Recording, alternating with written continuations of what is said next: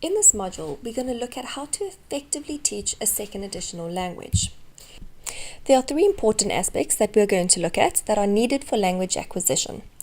And the first one is emergent skills. And basically, language is developed primarily through listening, and therefore the learners really need to be exposed to a lot of the spoken language.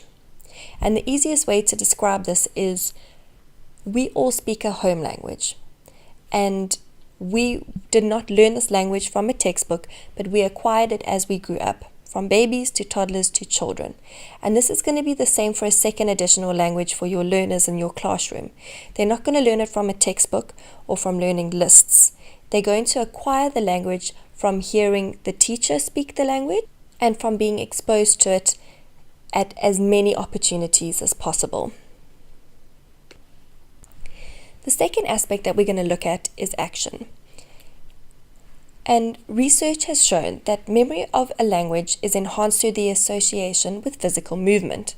So instead of just providing learners with a list on paper of what they need to learn, you make it more interactive. So if I give the command for a learner to stand, then they must stand up. If I give a command for the learners to clap their hands, then the learners respond with clapping their hands. So you need to expose learners to a lot of listen and respond activities. It should be a two-way street.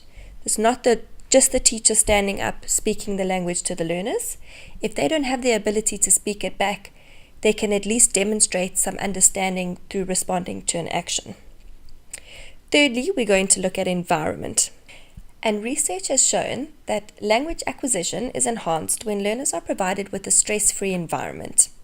And this is exactly how we learnt our home language as children, through casual conversation in a relaxed environment at home. So the last point there is to expose learners to many informal, fun activities. That is going to be the most beneficial way for learners to engage and actively respond in a second additional language. So let's look at what skills do you actually need to promote. So we've spoken about these emergent literacy skills, and CAPS outlines them as phonological awareness, phonemic awareness, and shared reading.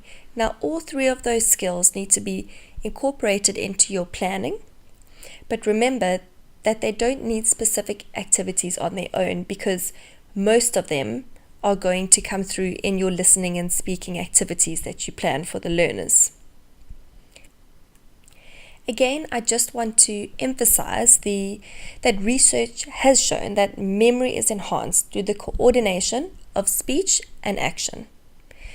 So again, it's not just the teacher standing at the front of the classroom talking to the class. It's a two-way street, and the learners are responding with some sort of action. And this is called a total physical response. So how do I use this in my lessons? There are many different activities that you can use.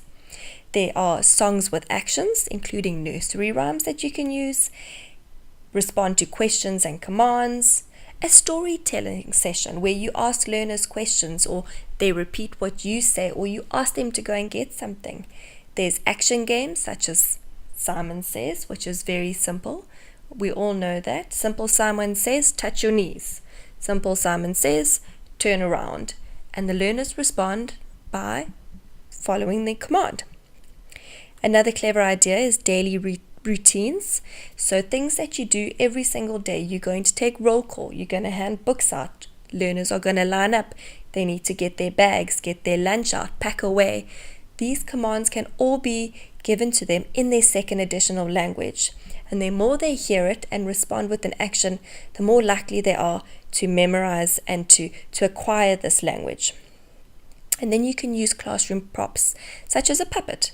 So when doing a second additional language lesson, maybe you have a puppet that comes out for that lesson. He's got an appropriate, or she has an appropriate name, and the puppet will always speak in the given language to the learners, which the learners will respond to. Right, how to maximize my teaching. This is where we're going to touch on a little bit more on the environment in which you teach your second additional language. Remember, it needs to be fun, informal, stress-free, and no pressure. The minute learners feel like they're going to be marked on this or criticized, and they're feeling under pressure because their partner next to them understands but they don't. That's the minute they're going to close up and have negative emotions towards the second additional language. So the more relaxed and stress-free the environment, the more learners will engage and inquire with the target language, which is exactly what you want. So now to get to the crux of the matter, which is how to effectively teach a second additional language. And here we look at all three aspects that we've just spoken about: environment, action, and the emergent skills. So remember, environment, it's relaxed, it's stress-free, and it's fun. If you can get that element right, then that's excellent. The next element you need to work on then is action. Make sure that there's movement involved in your lessons, that learners are responding with their whole bodies. They're not just sitting passively looking at the teacher and listening to the teacher speak, because you're going to lose their interest, their minds are going to wander, and they're not going to actively engage in the second additional language. Now the third aspect we've looked at is our emergent skills. Your activities need to have both listening and speaking skills. You need to incorporate some reading, phonological awareness, and phonemic awareness. And when all three of these elements come together perfectly, that little red triangle in the middle, that's exactly where acquisition of a language occurs. So you can't have one aspect correct and the other two you don't really focus on. Each of them needs to be highlighted and worked on. You need to work on the environment that you teach the language. You need to make sure that your activities are involving the learners. You may need to make sure that the emergent literacy skills that the learners need to develop are evident in your lessons.